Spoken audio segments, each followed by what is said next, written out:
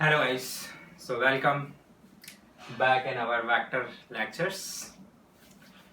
तो मैंने आपको लास्ट क्लास वेक्टर में रिप्रेजेंटेशन ऑफ वेक्टर के बारे में बता दिया था.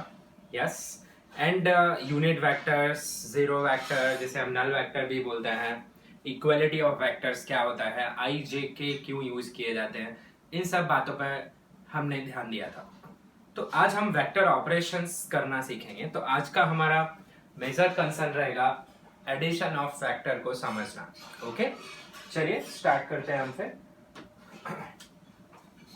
तो सबसे पहले मैं बात करने जा रहा हूं यहाँ पे what is the meaning of angle between two vectors. Okay, to uniquely define angle between two vectors we need to take care of few things. Okay, the first thing is join both vectors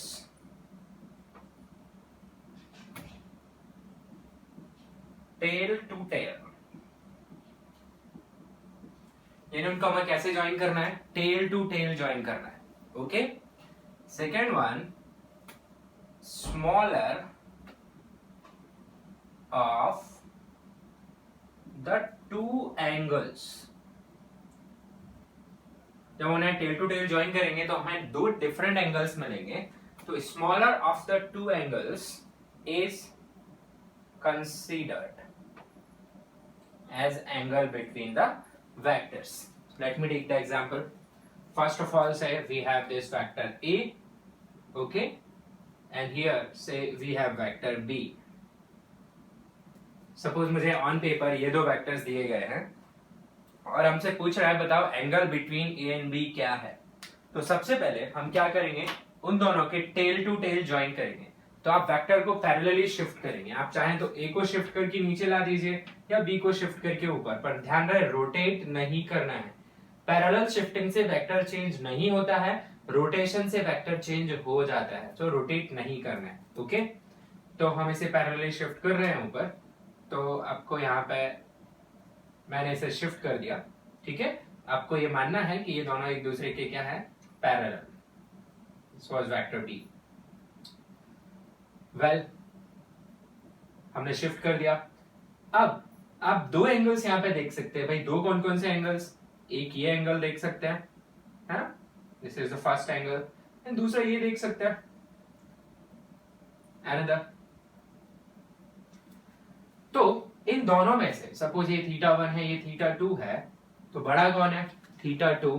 पर हमें consider कौन सा करना है? Smaller. तो मैं यहाँ पे क्या बोलूंगा, angle between A and B is θ1. So while finding angle between two vectors you need to take care of that vectors के क्या ज्वाइन होने चाहिए, टेल टू टेल. और उसमें से जो छोटा वाला एंगल है वो माना जाएगा angle between the vectors. Okay, well इतना नोट करिए. ओके, चलिए मैं आपसे एक क्वेश्चन पूछता हूँ. मान लीजिए यहाँ पे एक वेक्टर A है और ये दूसरा वेक्टर B है और ये एंगल 120 डिग्री है. देख पा रहे हैं आप? AB and angle is 120 degree. My question is angle between A and B is first option 120, second option 240, third option 60, fourth option none. तो बच्चों यहाँ पे एक बात समझना जैसी है कि मैंने अभी भी बताया आपको क्या ज्वाइन करना है, टेल टू टेल. यस, आप तो देख रहे हैं यहाँ पे head of A joint with tail of B. तो आप क्या करिए, आइदर A और B को शिफ्ट करिए. तो मैं A को शिफ्ट करता हूँ आगे. A को शिफ्ट करेंगे तो फिर ये ऐसे दिखने लगेंगे. यस, B को वैसा ही रखा.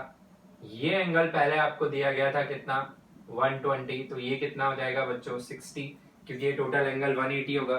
तो मेरा आंसर क्या आएगा, 60 डिग्री, नॉट 120 डिग्री. तो आंसर क्या आ जाएगा आपका यहाँ पे, 60 डिग्री. ओके, अब यहाँ पे हमें नोट लिखना है कि सपोज मेरे पास एक वेक्टर ए है और ये दूसरा वेक्टर बी है और ये इनके बीच का एंगल थीटा है। अब आप वेक्टर बी को रोटेट करिए, करते हैं रोटेट भाई, थोड़ी देर बाद ये किस पे पहुंच जाएगा 90 डिग्री पे, और रोटेट करता है और रोटेट करता है, फिर ए और बी के बीच में एंगल कितना हो जाएगा 180, और रोटेट करते हैं एंगल बढ़ेगा, बट रिमेंबर आपको बड़ा वाला एंगल नहीं कंसीडर करना है, कौन सा करना होगा छोटा, ठीक है। तो सपोज मैंने अभी यहाँ पे ड्रॉ किया, ये एंगल आपको दिख रहा है, फिर मैंने बी को रोटेट करके ऐसा कर दिया, ये ए है ये बी है, यस ये दूसरी कंडीशन आ गई। तीसरे केस में बी को और रोटेट कर देते हैं हम, है ना, तो बी को और रोटेट किया हमने, ये बी है और यहाँ पे आपके पास ए दिख रहा है, ये एंगल अभी यही काउंट होगा, यस और नो, तो ये हो गया एंगल ये 90 डिग्री। चलिए फोर्थ ड्राइंग में इधर बना रहा हूँ, फोर्थ में ये एग्जैक्टली ऐसा हो गया, B and here is A, और ये एंगल कितना हो गया अभी 180 degree, yes. Then fifth drawing, और रोटेट किया हमने बी को, यहाँ ए है। अब बच्चों ये बताओ क्या this is the angle between the vectors? No, क्योंकि अब ये बड़ा एंगल हो गया, अब कौन सा एंगल बिटवीन वेक्टर आ जाएगा, ये वाला, ये नहीं आएगा। तो वापस से आप देख रहे हैं कि 180 तक एंगल बढ़ा है और बी के बीच में, पर वापस क्या होने लगा, कम होने लगा। तो यहाँ जो नोट लिखने वाले हैं हम वो क्या लिखने वाले हैं, angle between two vectors, angle between two vectors can not be greater than 180 degree. Okay, आप ये बात नोट करिए, angle between two vectors can not be greater than 180 degrees. Okay, आप कैसे भी ड्रॉ कर लो दो वेक्टर, 180 डिग्री से ज्यादा एंगल नहीं मिलेगा, ठीक है। तो मैं लिख दे रहा हूं, जो थीटा है उसकी वैल्यू कहां से कहां तक की जा सकती है, 0 से लेके 180, 0 भी रह सकता है और 180 भी रह सकता है। Now specially this is A and B के बीच में कितना एंगल है यहाँ पर 90, तो if angle between two vectors is 90 degree then we call those vectors as orthogonal vector।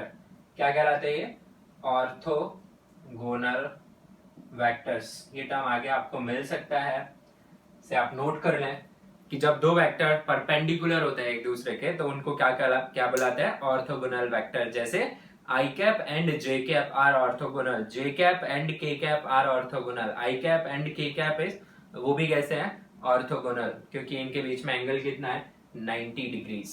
Okay, well you can note this down. Okay, types of vectors में ही आगे बढ़ते हैं। तो हमने देखा था zero vector, negative of A vector, equal vectors, उसी में आगे मूव कर रहे हैं हम, और ये अगला कैटेगरी है आपका पैरेलल वेक्टर्स।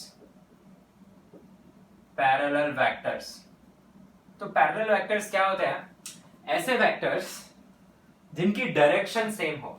आप लिखिए, vectors having same directions are called parallel vectors. Okay, जैसे मैं यहां पे कुछ वेक्टर्स ड्रॉ कर रहा हूं, वेक्टर ए, ठीक है, वेक्टर बी, वेक्टर सी, तो इनमें से कौन कौन से वेक्टर पैरेलल है। Okay, let me draw one more, vector D, और मान लीजिए ये लेंथ L1 है, ये लेंथ भी L1 है, ये लेंथ भी L1 है, और ये लेंथ 2L1 है, लेंथ ऑफ एरो। वेल सी है, यहां पे आप बताइए कौन कौन से वेक्टर पैरेलल हैं। तो पैरेलल की डेफिनेशन क्या है, सेम डायरेक्शन। तो A vector, B vector and D vector, इनकी डायरेक्शन क्या है, सेम। तो अपन लिख सकते हैं vector A, vector B and vector D are parallel vectors, and उसमें से भी vector A and vector D, इनका मैग्नीट्यूड भी सेम है और डायरेक्शन भी सेम है। तो हम ये भी लिख सकते हैं, and vector A and vector D are equal vectors. Okay, जबकि बी इक्वल नहीं है ए के, बट डायरेक्शन सेम होने की वजह से क्या है, parallel. So this is one of the category called parallel vectors. Okay, इसे नोट करने के बाद हेडिंग लिखेंगे अपन anti parallel vectors. Anti parallel vectors, anti parallel vector नाम से ही समझ आ रहा है, जिनकी डायरेक्शंस एग्जैक्टली अपोजिट हो, ठीक है, ऐसे वेक्टर्स जिनकी डायरेक्शन एग्जैक्टली अपोजिट हो। तो देखिए यहाँ पे कौन कौन से वेक्टर एंटी पैरेलल हैं। C is anti parallel with B, C is anti parallel with A, C is anti parallel with D। तो आप यहाँ पे क्या लिखेंगे, vectors having opposite directions are called anti parallel. और यहाँ पे कौन कौन एंटी पैरेलल है भाई, C and A anti parallel है, C and B anti parallel है, C and D anti parallel है, ठीक है। और दो एंटी पैरेलल वेक्टर कभी इक्वल नहीं हो सकते क्योंकि उनकी डायरेक्शन हमेशा ही कैसी रहेंगे, अपोजिट। ओके, इसी से मिलती जुलती तीसरी कैटेगरी आती है जिसे बोलते हैं कोलिनियर वेक्टर्स। क्या बोलते हैं, collinear vectors.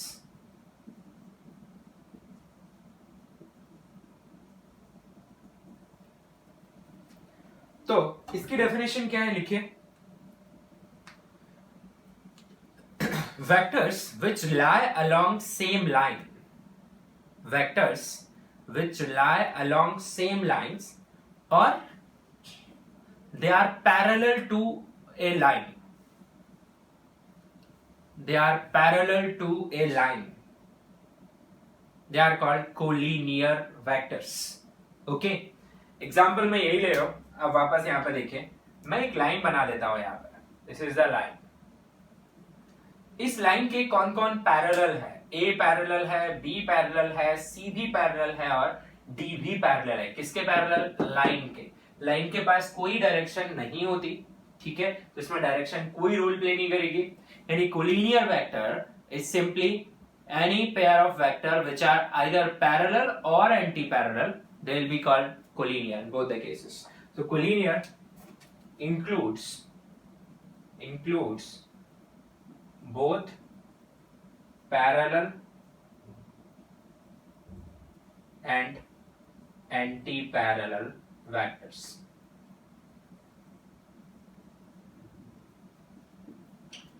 Okay, so parallel vectors जिनकी डायरेक्शन सेम होती है वो पैरेलल, जिनकी डायरेक्शन अपोजिट होती है strictly anti parallel. And collinear both parallel and anti parallel, वो किस कैटेगरी में आता है, कोलिनियर, क्योंकि उनको एक ही लाइन के अलोंग दिखाया जा सकता है। ओके, तो ये नोट कर लीजिए। मैं कुछ क्वेश्चंस पूछ रहा हूं, आप उन्हें एज ए नोट लिखिए, पहले सुनिए, आंसर करिए, फिर लिखिए। तो मेरा पहला क्वेश्चन है,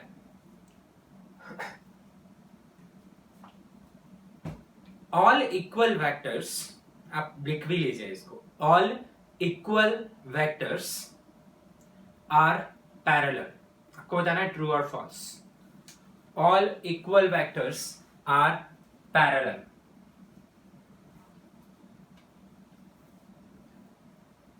ये स्टेटमेंट ट्रू है क्योंकि इक्वलिटी की बेसिक कंडीशन क्या है, direction must be same and magnitude must be same. तो जैसे ही डायरेक्शन सेम बोल दिया, वो दोनों क्या बन गए, parallel.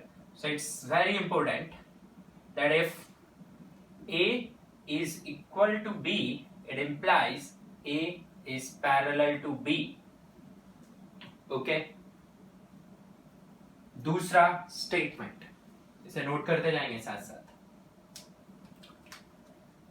Two parallel vectors are always equal vectors. Two parallel vectors are always equal vectors. Answer is false because always की वजह से ये गलत हुआ है। Two parallel vectors, I can have two parallel vectors which have different magnitudes. They are parallel but they are not equal. So A is parallel to B does not necessarily imply A is equal to B. ठीक है, अच्छा यहाँ always की जगह may be लिख देते हैं हम, तो ये स्टेटमेंट सही हो जाता। तो फिलहाल ये स्टेटमेंट गलत है। ओके, वेल नेक्स्ट स्टेटमेंट लिखिए, angle between two parallel vectors is 0 degree. Angle between two parallel vectors is 0 degree. बिल्कुल सही बात है, क्योंकि जब हम इनको टेल टू टेल ज्वाइन करेंगे तो वो कितना एंगल बनाएंगे? 0, strictly not 180. Okay, next point, fourth, angle between two anti parallel vectors. Angle between two anti parallel vectors is 180 degrees. 180 degrees जिसे अपन पाई रेडियन भी बोल सकते हैं. एंटी पैरेलल वेक्टर जरा ड्रॉ करके देखते हैं अपन. ए वेक्टर एंड ये हो गया आपका बी वेक्टर. एंटी पैरेलल है, एंगल कैसे निकालते हैं? दोनों को क्या करना पड़ेगा? Tail to tail join. तो ये ए बी को शिफ्ट कर दिया मैंने ऊपर, है ना, जिससे ये टेल टू टेल ज्वाइन हो जाए. बताओ कितना एंगल आ गया उनके बीच में? 180 डिग्री और पाई रेडियन. ओके, तो ये स्टेटमेंट भी करेक्ट है. That angle between two opposite या एंटी पैरेलल वेक्टर्स कितना रहेगा? 180 degrees. Next statement, that is fifth. Diagram जो मैं बना रहा हूं आप पॉज करके उनको बनाते जरूर है.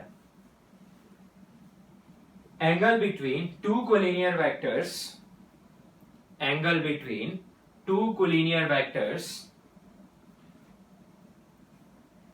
may be 0 degree or 180 degrees. May be 0 degree or 180 degrees. This is also correct statement क्योंकि collinear vectors will have both parallel and anti-parallel. If vectors are parallel, angle will be 0. If vectors are anti-parallel, angle will be 180 degrees. तो इसमें और कोई case नहीं बनेगा. This statement is also correct. Let's move forward. Okay.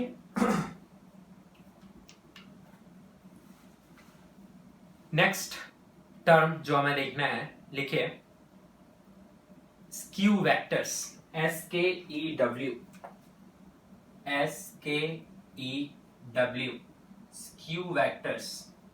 ये specific category है, ठीक है. लिखिए vectors which are neither parallel, vectors which are neither parallel. अच्छा, इसमें एक टर्म हटाइए, मैं वापस बोलता हूं. Vectors which are neither collinear, which are neither collinear nor intersecting, which are neither collinear nor intersecting, they are called skew vectors. They are called skew vectors. Okay? अच्छा, अब यहाँ पे कंफ्यूजन क्या रहता है हमें? सपोज मैंने यहाँ पे दो वेक्टर लिए, चलिए ठीक है, इन्हें अगर मैंने एक ही प्लेन में रख दिया, either they will be intersecting or they will be parallel, दो ही केस होंगे. पर अगर मैं प्लेन डिफरेंट कर दूं, आप देख पा रहे हैं इसे, ये इधर से जा रहा है, ये ऊपर से जा रहा है, ना तो ये दोनों पैरेलल है और ना ही ये कैसे है? इंटरसेक्टिंग. तो ये क्या कहलाता है? Skew. But the question here is, एक वेक्टर को पैरेलली शिफ्ट कर दिया जाए तो उसमें कोई चेंज नहीं होता. सपोज ब्लैक मार्कर एक वेक्टर रिप्रेजेंट कर रहा है, ब्लू मार्कर दूसरा. Now suppose let us move blue marker parallel to itself here, now they become intersecting. So is it really meaningful term, skew vectors? Yes, skew vectors is meaningful when shifting of vector is not allowed. There's a chapter in physics called rotational motion. There we'll study something called torque. There you can't shift the vectors. Okay? Otherwise हर जगह आप vectors को parallelly shift करते हैं तो उनमें कोई changes नहीं होते हैं, तो ये वहां काम आएगा. ओके, स्क्यू लाइंस आपको देखनी है. कभी आप घर के बाहर निकल जाइए, आप देखेंगे कि आपके जो इलेक्ट्रिसिटी वायर्स रहते हैं, एक पोल से दूसरी पोल तक एक वायर गया, वहीं पे लाइन क्रॉस हो रही है, दूसरी साइड से इधर जा रहा है, पर वो आपस में क्या नहीं करते? टच नहीं करते, क्योंकि उनके प्लेन्स क्या है? डिफरेंट. तो ये हो गया आपका स्क्यू वेक्टर्स. ठीक है, ओके. इन जनरल आपको मान के चलना है कि दो वेक्टर हमेशा ही एक प्लेन में लाए जा सकते हैं, जब तक कि कोई रिस्ट्रिक्शन ना हो. जब तक आप उन्हें पैरेलली शिफ्ट कर सकते हैं तब तक उन्हें एक प्लेन में लाया जा सकता है. ओके, जैसे ये दो वेक्टर किधर भी हो आप उन्हें पैरेलली शिफ्ट कर सकते हैं. अच्छा, घुमा नहीं सकते. ये सपोज यहाँ पे मैंने पैरेलली शिफ्ट किया, रोटेशन इज नॉट अलाउड, क्योंकि रोटेशन ओरिएंटेशन बदल देगा, जिससे वेक्टर बदल जाएगा.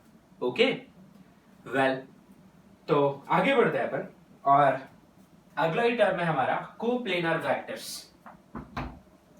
कोप्लेनर वेक्टर्स, कोप्लेनर नाम से ही समझ आ रहा है, दो वेक्टर्स जो एक ही प्लेन में होते हैं। ठीक है, प्लेन समझते हैं सभी लोग? यस। प्लेन क्या होता है बताइए? प्लेन होता है सिंपली, जैसे बोर्ड, ये एक प्लेन है। कोई भी ऐसी सरफेस जो एक लाइन को कंटेन कर ले, एंटायर लाइन को कंटेन कर ले, वो क्या कहलाती है? प्लेन। ठीक है, जैसे संतरा, orange, it's not a plane. उस पर आप एक लाइन ड्रॉ नहीं कर सकते, स्ट्रेट लाइन नहीं कर सकते। ठीक है, तो प्लेन वो एक कर्व्ड सरफेस होगी। प्लेन सरफेसेस कौन सी होंगी? जो एक स्ट्रेट लाइन को कंटेन कर सकती है ना। हमने अभी जो टर्म हेडिंग लिखी है वो क्या है? Coplanar vectors. Coplanar vectors. अब कोप्लेनर वेक्टर्स क्या कहलाएंगे? ऐसे वेक्टर्स जो एक ही प्लेन में हो, उन्हें क्या बुलाएंगे अपन? Coplanar vectors. Yes.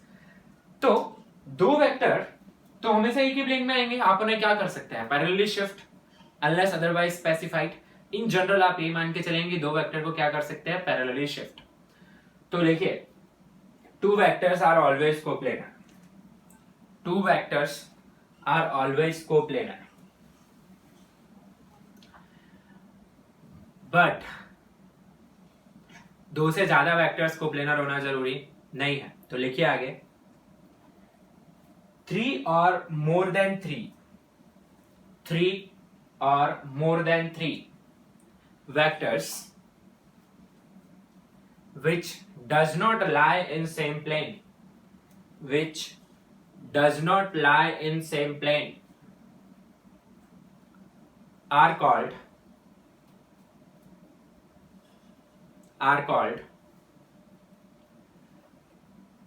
non-coplanar vectors। और अगर नॉट हटा दिया जाए, विच लाई इन सेम प्लेन, तो क्या कहलाएंगे वो? Coplanar vectors.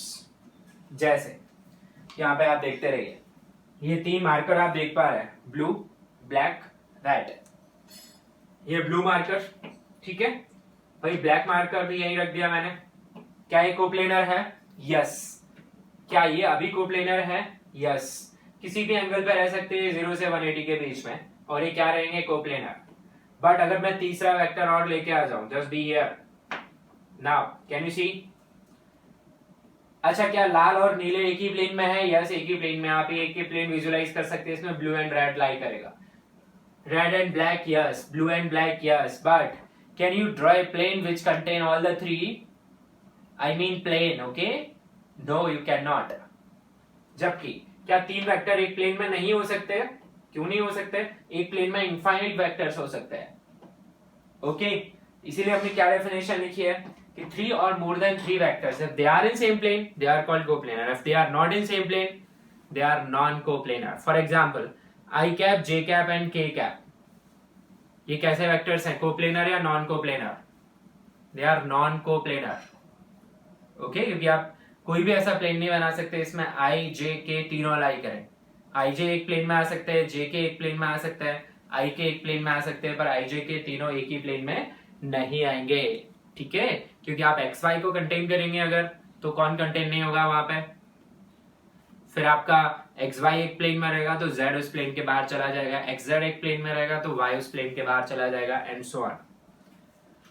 So these are few definitions which you need। चलिए आगे बढ़ते हैं और हम हेडिंग लिखते हैं, या उससे पहले एक छोटा सा नोट लिख लीजिए, फिर मैं आपको हेडिंग लिखवाता हूं। Right A note, and that note is, if A and B are collinear vectors, then A can be written as lambda times B, or otherwise where lambda is a scalar। Okay, now इसका उल्टा भी true है। if इसका उल्टा लिख रहा हूं, A is expressed as lambda times B, it implies A and B are parallel or more than it collinear. So condition of collinearity आप समझिए क्या है, A को क्या लिख सकते हो आप, lambda times B. For example, suppose मेरे पास एक वेक्टर A है which is 2i cap, मेरे पास एक वेक्टर B है which is 6i cap. Yes, can I find some delta which can relate A equal to lambda B? Can I? Yes, I can write A equals to 1 by 3 times B. So I can say A and B are parallel. Yes, they are parallel because both are along x-axis only. Yes. And you can take another pair. Say you have some vector C which is 2i cap. You have some vector D which is minus 5j cap. Now can I express C equals to lambda D? No, I cannot. Because here is I and here is J. Lambda positive रहा तो सी और D की direction same होनी चाहिए, lambda negative रहा तो सी और D की डायरेक्शन अपोजिट होनी चाहिए, पर इसके अलावा और कोई कॉम्बिनेशन ये नहीं प्रोड्यूस कर सकता लैम्डा. तो ये आई में है, ये जे में है, तो मैं बोलूंगा सी को क्या नहीं एक्सप्रेस कर सकते, लैम्डा डी जैसा एक्सप्रेस नहीं कर सकते, तो हम बोलेंगे C and D are non coplanar, sorry are non collinear. कोई आपत्ति इसमें नोट कर सकते हैं इसे आप.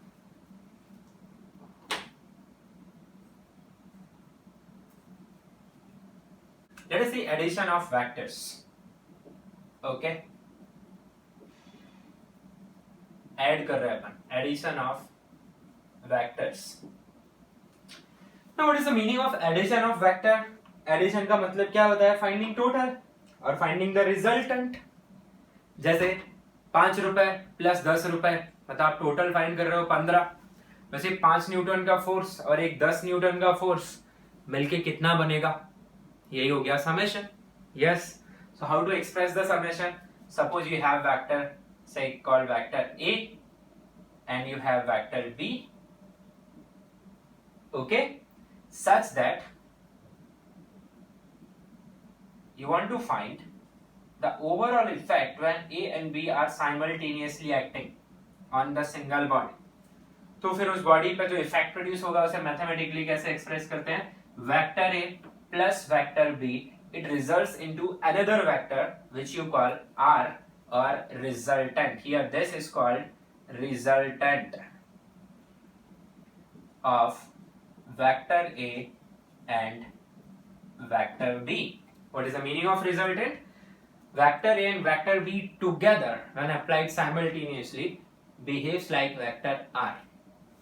Is that clear? So here one thing is very clear. Summation of two vector is a third vector. Say numbers also do the same. You have 2, you have 3. When you add 2 and 3, you have neither 2 nor 3. You have 5. Means summation of 2 and 3 is third number. Similarly, summation of two vector is a third vector. So A plus B is neither same as A nor same as B. सिर्फ एक ही condition में same आ सकता है, अगर इनमें से कोई एक क्या बन जाए, नल वेक्टर. तो अभी हम वो कंसीडर नहीं कर रहे हैं. None of them is a null vector if you consider. Is it clear और not? Meaning of resultant is okay.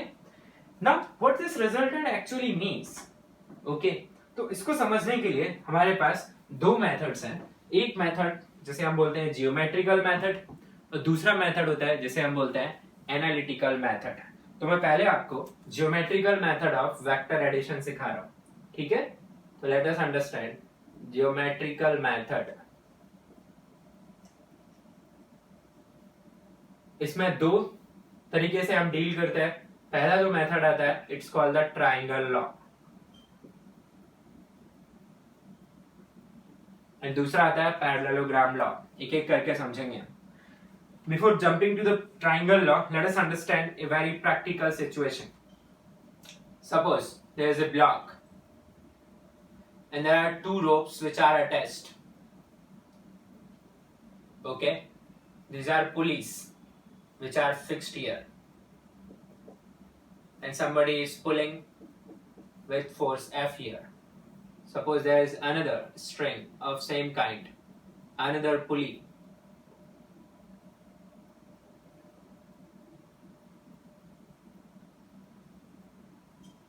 pulling with the same force.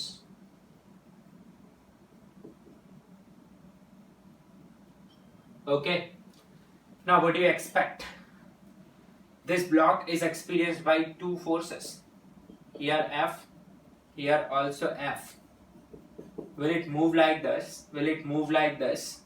No, it goes up. It moves like this. This is the resultant, or you say this is summation of these two F. Basically they are not same vectors. Are they same vectors? No, one vector is in this direction and another is this direction, so I write this is the resultant. Yes, this is our real life experience. Yes, so as I told you कि vector quantities already exist करते हैं, vector summations already exist करते हैं. हम कुछ mathematical rules बनाना चाहते हैं जिससे हम reality को express कर सकें, और ऐसा ही एक rule है जिसे क्या बोलते हैं अपन, triangle law. ठीक है, so what triangle law tells, let us understand first and we'll understand कि क्या वो एक real time situation को justify कर पाएगा.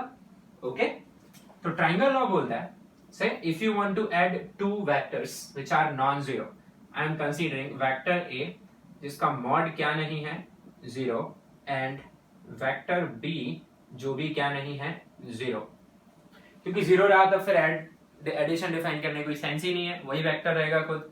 ओके, जैसे vector A plus 0 vector is vector A only. So now I want to add them. What this law says is you draw both the vectors in proper directions. So let us draw vector A. Okay, and suppose I also have vector B. I want to add them. They are at certain angle. Yes, if I want to find the angle, I'll join them tail to tail. So just visualize I'm extending this line, I'm extending this line too, and this is the angle between them, theta. Well, what this law says, listen carefully. Place both the vectors such that they are joined head to tail. They are joined head to tail. तो head to tail join कैसे करेंगे? I have two options. Be here. Either I can shift B to the head of A, or I can shift head of A to the tail of B. मैं दोनों करके बता रहा हूँ आपको. ठीक है? First operation, I am shifting B to tail of B to the head of A. So let us be here and see what will you get. So here I have A, and I am shifting B here. I am trying my best to maintain the angle. Okay, so how much is the angle between them is represented here. This is theta. Well, so this law says place the vectors head to tail. Now when they are placed head to tail, they will represent two adjacent sides of a triangle. Well, then the third side of the triangle represents the resultant. Can you see the third side here? This is the third side.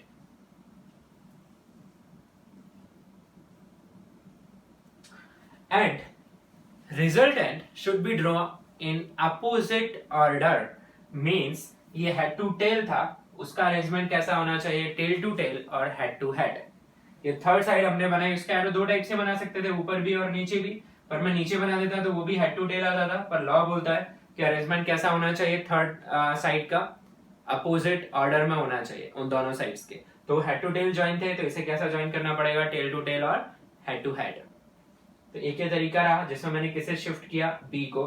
Let us try another one.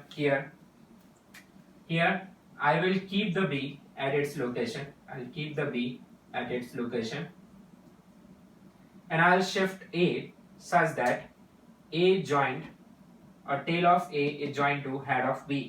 So let us shift A. Here is my A. Now the third side of the triangle will be this.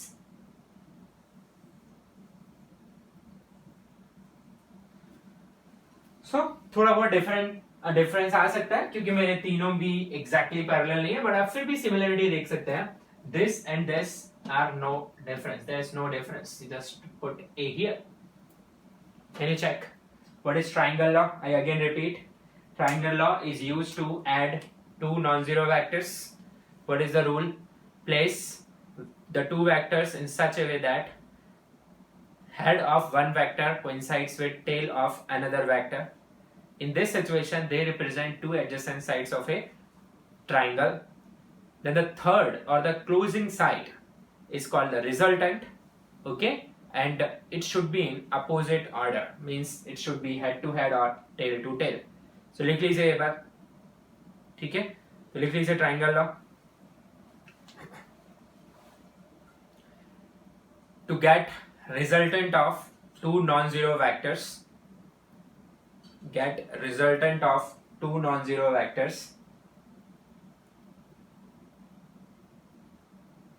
draw them such that head of one vector coincides with tail of another vector. Head of one vector coincides with tail of another vector.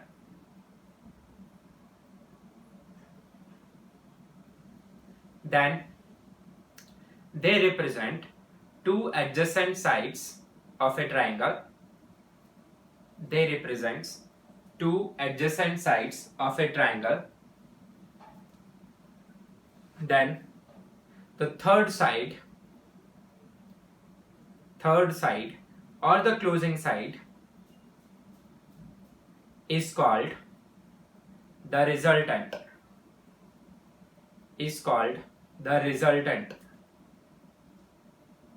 Placed in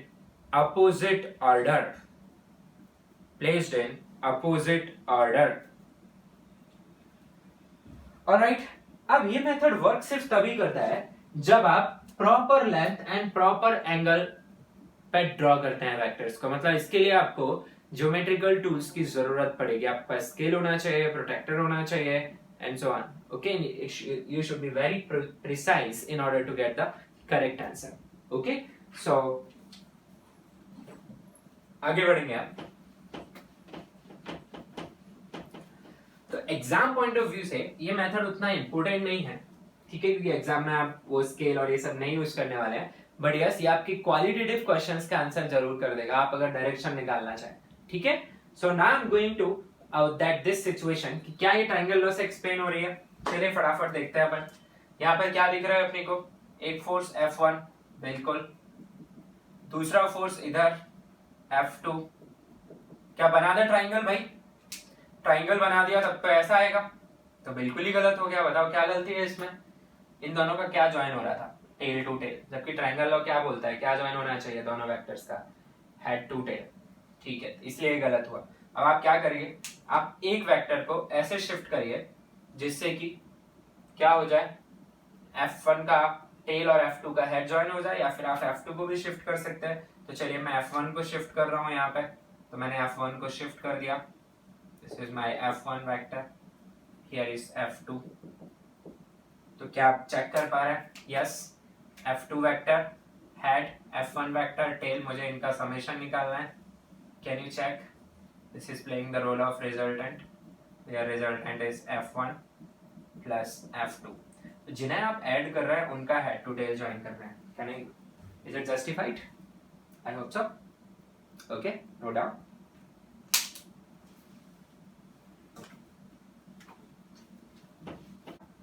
मैं आपको कुछ drawings दे रहा हूं, इनको pause करके पहले आप खुद से ड्रॉ करें, फिर आंसर चेक करें. ठीक है?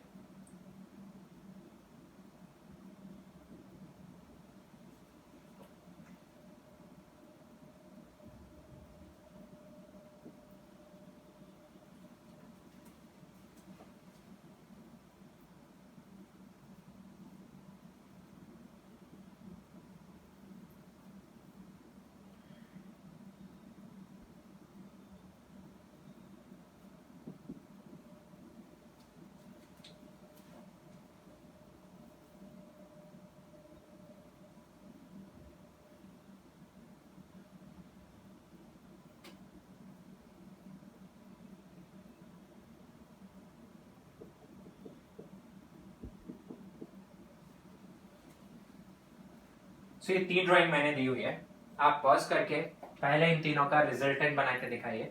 a प्लस बी की वैल्यू बताइए मुझे, c प्लस डी की वैल्यू बताइए, e प्लस एफ की वैल्यू बताइए। Okay, try.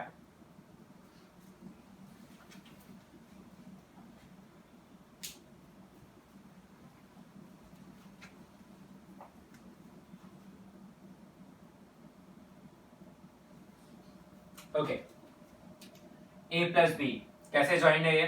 Head to head नहीं चलेगा, हम b को क्या कर लेते हैं नीचे शिफ्ट, या फिर आप a को भी सामने ले जा सकते हैं। तो यहाँ पे आपका जो रिजल्टेंट आएगा वो कुछ ऐसा दिखेगा, this is the resultant. Okay, अच्छा किसी ने ऐसा भी किया होगा कि उसने b को वैसे ही रखा होगा जैसा दिया है, और उसने किसे शिफ्ट कर लिया होगा, a को, तो भाई उसका a इधर आ गया होगा, कोई दिक्कत वाली बात नहीं है। तो भी उसका रिजल्टेंट कैसा आएगा देखो, और ये एक ही बात है, आप वेक्टर को पैरेलली शिफ्ट कर सकते हैं, दोनों सही हैं। चलिए इधर देख लेते हैं। तो यहाँ पे मुझे आइदर d को शिफ्ट करना पड़ेगा या फिर c को, तो मैं पहले आपको d को शिफ्ट करके बता रहा हूँ। तो मैंने d को पैरेलली शिफ्ट कर दिया और इनको ज्वाइन किया, तो मुझे ये मिल रहा है रिजल्टेंट। यस, हो सकता है कि आपने किसे शिफ्ट किया c को, तो वो भी मैं नीचे करके बता दे रहा हूँ। ये आपका vector d as it is, कुछ नहीं किया आपने, और c को यहाँ शिफ्ट किया आपने। ठीक है, तो c को मैं शिफ्ट करता हूँ यहाँ पे, कोशिश करनी है हमें कि वो पैरेलल रहे। आप घर पे स्केल का मदद लीजिए तो और ज्यादा अच्छा आंसर दिखेगा आपको। c रिजल्टेंट देखिए, दोनों ड्राइंग्स करेक्ट है। EF, इसमें भी आपके पास दो चॉइसेस है, either you can shift F और यू कैन शिफ्ट E। चलो पहले मैं F शिफ्ट कर रहा हूँ, तो F को शिफ्ट किया, पर ध्यान रहे शिफ्टिंग कैसी होनी चाहिए, such that they are head to tail are joined। ठीक है, तो ये मैं F को ड्रॉ कर दिया, you can check almost, ये F नहीं रहेगा अब यहाँ पे। तो अब जो क्लोजिंग साइड आ रही है वो ये आ रही है, और हमेशा एरो का ध्यान रखें, मेरा रिजल्टेंट में हमेशा head head tail tail join हो रहा है। दूसरा केस आप कैसे बना सकते हो, यहाँ पे F को जैसा है वैसा ही रखो, बिल्कुल F को जैसा है वैसा ही रखो, और किसे शिफ्ट करो, E को, और E को कैसे शिफ्ट करना पड़ेगा, जिससे कि E का जो हेड है, आई मीन F का जो हेड है वो E की टेल से ज्वाइन हो जाए। अब आपका रिजल्टेंट बनेगा ऐसा, आप चेक कर लीजिए। तो आई होप सबके आंसर सही आए होंगे, जिनकी थोड़ी बहुत गलतियां हुई हैं वो भी चेक कर सकते हैं। Remember this arrow is very important, अगर आपने गलती से एरो यहाँ लगा दिया वो गलत है। ओके, एरो रिजल्टेंट का कैसा रहना चाहिए, जिससे कि वो अपोजिट ऑर्डर में रहे। आप यहाँ से चलना चालू करिए, आप यहाँ पहुंच जाएंगे पर वापस यहाँ नहीं आएंगे, सो ये अपोजिट ऑर्डर में हो रहा है। ठीक है, this is triangle law. I hope you understood this.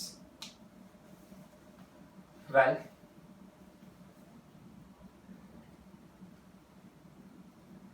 चलिए इसके बाद नेक्स्ट ज्योमेट्रिकल मेथड बिल्कुल इसी जैसा ही है, पैरेललोग्राम लॉ।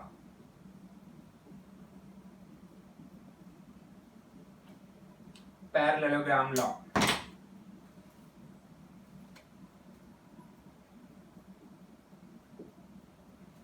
ये method instead of using triangle, ये कौन सी ज्योमेट्री यूज करता है, पैरेललोग्राम। ठीक है, इसमें अंतर क्या है वो मैं लिख दे रहा हूं। वापस से आपके पास दो वेक्टर रहेंगे जो कि नॉन जीरो होंगे, you will have two non zero vectors. ठीक है, इसमें आपको क्या करना है, प्लेस वेक्टर्स सच दैट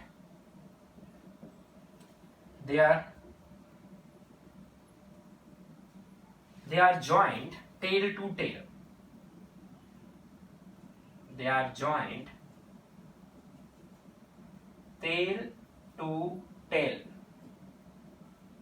अच्छा, एंगल मेजर करते टाइम भी उनको कैसे ज्वाइन कर रहे थे अपन, टेल टू टेल। तो कैलकुलेशंस में आगे हम इसका ज्यादा यूज करेंगे, क्योंकि वहां एंगल भी डायरेक्ट दिख जाएगा और रिजल्टेंट भी आ जाएगा। ठीक है, first thing, first difference, triangle law में कैसे प्लेस करना है, हेड टू टेल। यहाँ कैसे प्लेस करना है दोनों वेक्टर्स को, टेल टू टेल, ठीक है। उसके बाद कंप्लीट पैरेललोग्राम, कंप्लीट पैरेललोग्राम,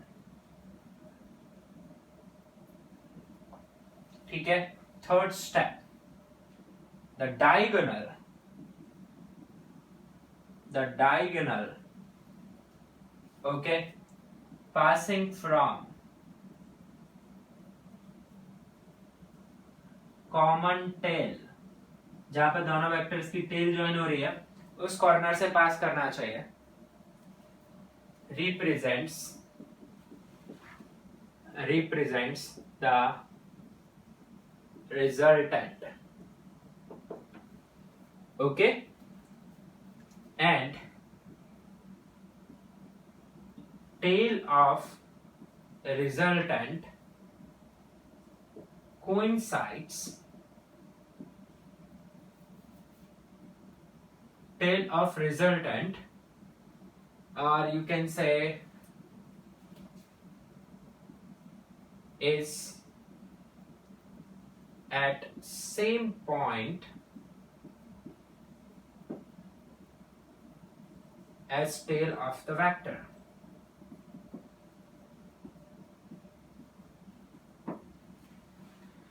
तो यहाँ पे आप चेक कर लीजिए क्या करना है अपने को, वेक्टर्स पहले प्लेस करने हैं sir they are joint tail to tail, angle जो भी दिया है वो रखना पड़ेगा, पैरेललोग्राम कंप्लीट करिए, ड्रॉ द डायगोनल जो उनकी कॉमन टेल से पास कर रहा है, और वही कॉमन टेल अपने रिजल्टेंट की भी क्या रहेगी, टेल, और अकॉर्डिंगली उसका क्या आ जाएगा आपके पास, हेड, दूसरी साइड।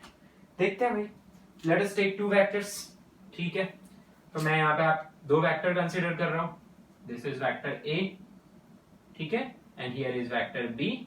हम इसे दोनों तरीके से ऐड करके देखेंगे, बी को मैं थोड़ा छोटा रख रहा हूं ताकि हम अंतर कर पाए।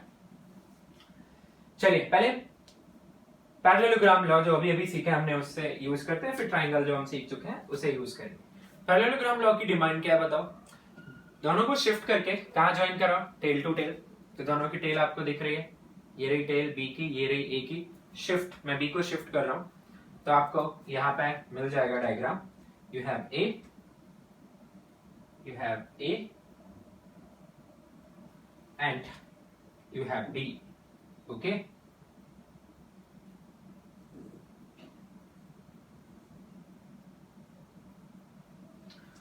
Now complete the parallelogram, so draw the dotted lines and complete the parallelograms. Can check I have completed the parallelogram, ये sides आपस में parallel रहेंगे, equal भी रहेंगे। Now the resultant will be this diagonal, this is the common tail, यही tail of resultant भी रहेगी, तो ये आएगा आपका resultant according to parallelogram law।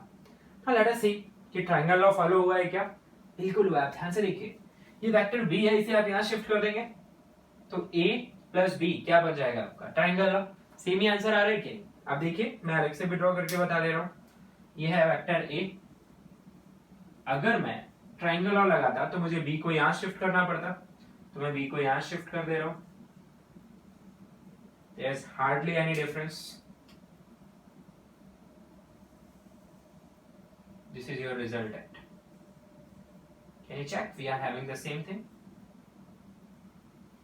this is triangle law arrangement, this is parallelogram law according to our ease। आपको diagram में अगर vector head to tail join दिख रहे हैं तो भाई ट्राइंगल लॉ लगा दो, टेल टू टेल दिख रहा है तो पैरेललोग्राम लगा दो, दोनों से आंसर क्या आने वाला है, सेम, नोट दिस थिंग, ठीक है। तो diagonal of this parallelogram represents the resultant, okay, note down.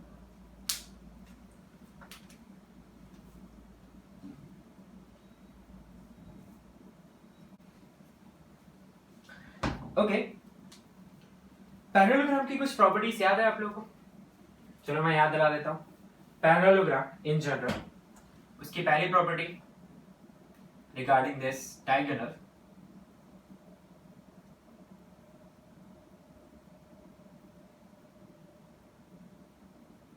This is parallelogram, ठीक है।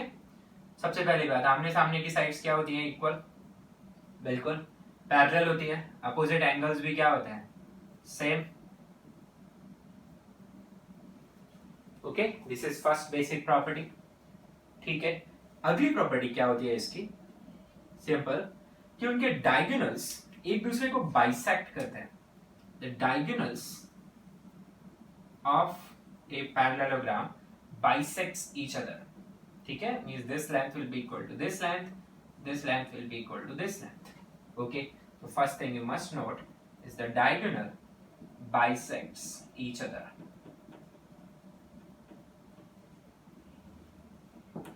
Remember, they may not be perpendicular bisector. Perpendicular bisector एक special parallelogram के साथ होता है, इसे rhombus बोलते हैं.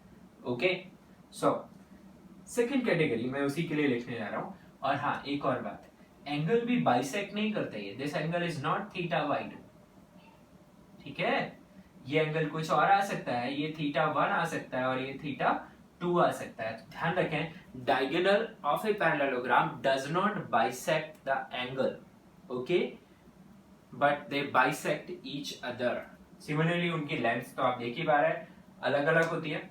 इसमें एक कंडीशन पुट कर दो, ठीक है, diagonal of a rhombus, spelling आप चेक कर लेना जो भी है, are perpendicular bisector. perpendicular bisector. अच्छा, rhombus में स्पेशल कंडीशन क्या होती है? Is rhombus a parallelogram? Yes, but each parallelogram is rhombus? No. rhombus की स्पेशल कैरेक्टरिस्टिक क्या होती है कि उसकी एडजेसेंट साइड्स इक्वल होती है, उनकी जो लेंथ है वो इक्वल होती है, ठीक है. तो उससे क्या होता है, लेंथ इक्वल रखने से उनके जो डायगोनल्स हैं वो एक दूसरे को बाइसेक्ट तो करते ही हैं, साथ ही साथ वो कैसे बाइसेक्ट करते हैं, perpendicular. They bisect each other for sure, but they are also perpendicular bisector. This is rhombus. And one more thing, they also bisect the angle. This is theta by 2, theta by 2. Okay, if this total angle is theta, this angle is theta, and these are theta by 2, theta by 2. तो rhombus की property क्या है, rhombus के diagonal perpendicular bisector होते हैं, उनके बीच में angle 90 होता है, ठीक है. और दूसरी बात, they bisect the angle between sides, between adjacent sides. Well, इसके बाद एक स्पेशल टाइप का पैरेललोग्राम होता है, इसे क्या बोलते हैं, रेक्टेंगल. भाई, rectangle is not a rhombus, पर उसमें कंडीशन क्या हो जाती है कि इसके एंगल, सारे एंगल इक्वल होने की वजह से उनके डायगोनल्स की लेंथ इक्वल हो जाती है. That's it. बाकी प्रॉपर्टीज तो ये जो पोजेस करता है वो करता ही है, बस उनके डायगोनल्स की लेंथ इक्वल हो जाती है. अगर ये ए है, ये बी है, तो डायगोनल की लेंथ कितनी हो जाएगी, root of A square plus B square in case of this is rectangle. But one more thing, this angle may be theta 1, this will be 90 minus theta. समझ में आ रही है? एंगल बाइसेक्ट नहीं करते रेक्टेंगल के diagonal, neither they are perpendicular to each other, ठीक है, they are bisector but not perpendicular. तो this possesses very much property of a general parallelogram. Only thing is diagonal की लेंथ क्या हो गई, इक्वल, ठीक है. Now square is a rhombus as well as parallelogram. So square, what additional property square possesses? It possesses property of parallelogram, that diagonals bisect. It possesses property of rhombus, they bisect at 90 degree. They do bisect the angle also. So this is a square. So here are few properties which I have listed. You should understand parallelogram के diagonal bisect करते हैं एक दूसरे को. They are not perpendicular bisector in general. They neither bisect the angle between adjacent sides. For rhombus, yes, diagonal becomes perpendicular bisector. They also bisect the angle between adjacent sides, but still their length of diagonals are different. For rectangle, the diagonal lengths become equal, yes, but they does not bisect the angle between adjacent sides, as well as they are not perpendicular to each other. Square, yes, their diagonal lengths are equal, diagonal bisects the angle between adjacent sides, diagonals are perpendicular to each other. Okay, these are few properties you should note down.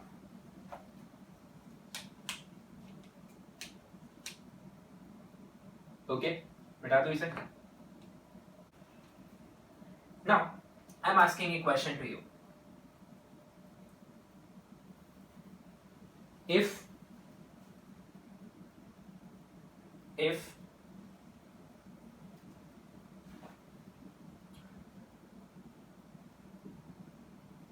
magnitude of two vectors are equal and angle between, d divided by w आपको शायद पता होगा, between के लिए लिखते हैं अपन, a and b is 60 degrees. Okay, then find angle between resultant of A and B and A. Can you think of? I give you two vectors, vector A and vector B. They are at an angle of 60 degree. I am asking angle between resultant of vector A and B and vector A. Yes, you can solve it. आपको बिना बिना लिखे solve कर सकते हो आप. मैंने आपको भी पैरेललोग्राम लॉ सिखाया है कि नहीं? Yes. पैरेललोग्राम लॉ में ये दोनों क्या रिप्रेजेंट करेंगे? एडजेसेंट साइड्स, और डायगोनल क्या बनेगा? रिजल्टेंट. मैंने अभी सिखाया कि ऐसा पैरेललोग्राम जिसकी एडजेसेंट साइड इक्वल होती है उसे क्या बोलते हैं? रोम्बस. एंड रोम्बस का डायगोनल उसके एंगल को क्या करता है? बाइसेक्ट. तो ओवर. तो अगर मैं डायग्राम बनाऊं तो ये वेक्टर ए और वेक्टर बी इक्वल लेंथ के बनाने पड़ेंगे. तो इनको मिला के जो अपने पास पैरेललोग्राम आएगा वो एक रोम्बस होगा. यस. और उसका जो डायगोनल बनेगा वो रिजल्टेंट होगा, है ना? ये रिजल्टेंट होगा. और ये रिजल्टेंट क्या करेगा? इनके एंगल को बाइसेक्ट करेगा. This is the resultant. ये एंगल्स क्या आएंगे? सेम. तो ए एंड बी के बीच में एंगल अगर थीटा है, 60 है, तो ये एंगल कितना आ जाएगा? Theta by 2. I call this angle alpha. और ए और बी के बीच का एंगल थीटा. तो अल्फा की वैल्यू कितनी आ जाएगी? Theta by 2. तो straight away you can say your answer will be 30 degree. This is the beauty of this concept. अगर आपको ज्योमेट्रिकल मेथड ढंग से समझ आता है तो आप बिना पेन पेपर यूज किए हुए आंसर बता सकते हैं. Not for all questions but yes most of the questions. Is it okay? कोई प्रॉब्लम इसमें? ठीक है.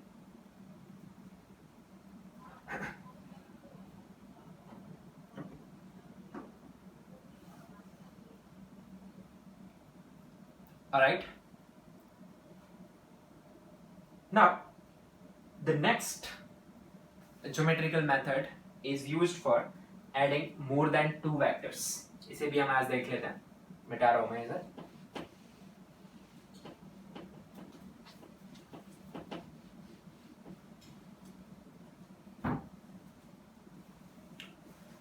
Okay. So my next question here is not question basically. मैं आपको बताने वाला हूँ addition of more than two vectors. उसके लिए जो लॉ है उसे बोलते हैं पॉलीगन लॉ. क्या बोलते हैं? Polygon law. Polygon law is very simple. Suppose what it says place vectors in same order, that is head to tail. तो वेक्टर्स को आपको कैसे प्लेस करना है? सेम ऑर्डर में, हेड टू टेल. ठीक है. Then closing side of polygon drawn in opposite order represents the resultant. Okay, so this is the rule here. How to deal with it? Let us take an example. Suppose हमारे पास तीन vectors हैं, vector A, vector B and से vector C. मैंने already आधा काम आसान कर दिया, मैंने कैसे प्लेस कर दिया उनको. Had to tell you have to be careful, कैसे प्लेस होना चाहिए, had to tell. Okay, can you draw the closing side? Yes you can. So let us draw the closing side. So resultant क्या हो जाएगा A B C का, ये. और आपको कैसे ड्रॉ करना है, अपोजिट ऑर्डर में. आप देखिए हेड हेड टेल टेल, तो यहाँ आसानी से दिखा सकते हैं. R is A plus B plus C. This is extension of triangle law basically. ठीक है. So I take another example here. Suppose you are having this vector A, vector B, this is some vector C, and here is say vector D. You want to add? I have already placed head to tail. Can you check? Now how should you draw the resultant? It's simple. You pick the first point, you pick the last point, join them. This will be your resultant. Simply. Doesn't matter. Okay. कैसे place किया मैंने उसको, opposite order में. आप देखिए resultant का vector के साथ head head and tail tail join हो रहा है. So this is polygon law. Yes. Can note this down.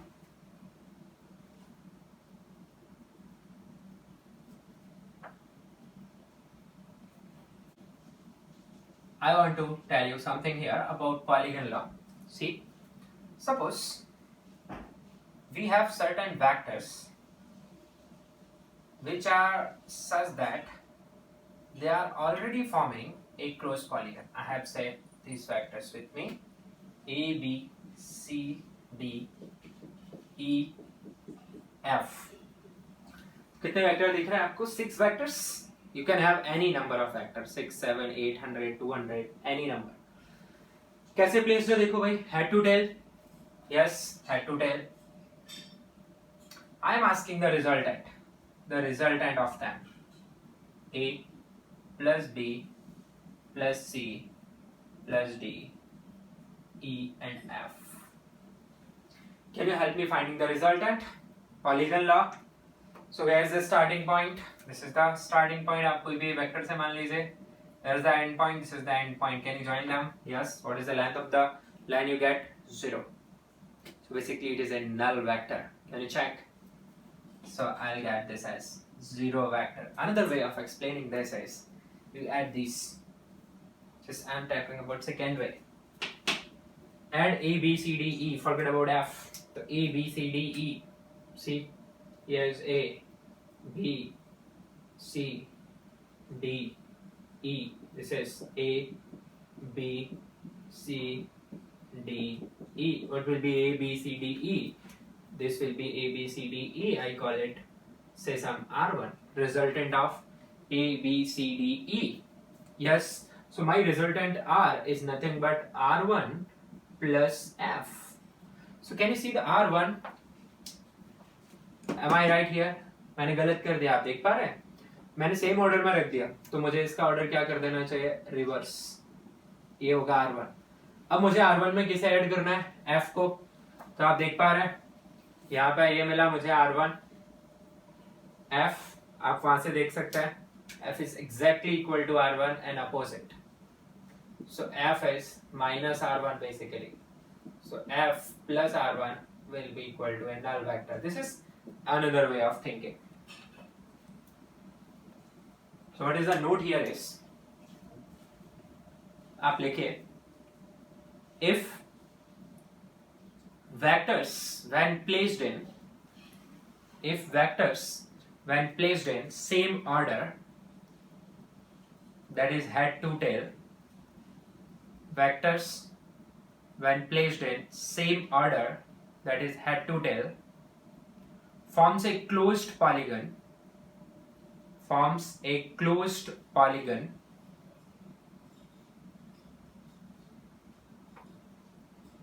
then their resultant is a null vector.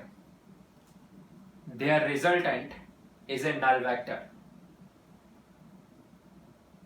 Note this down.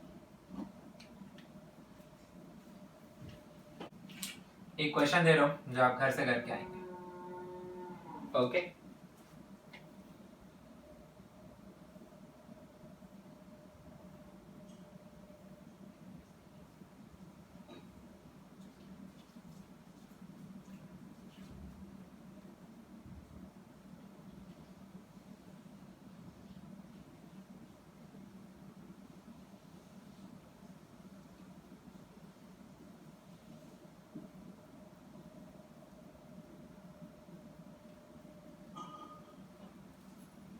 okay, find resultant of A, B, C, D, E and F. I leave it to you. You think? Tell me the answer in next class. Okay? Thank you.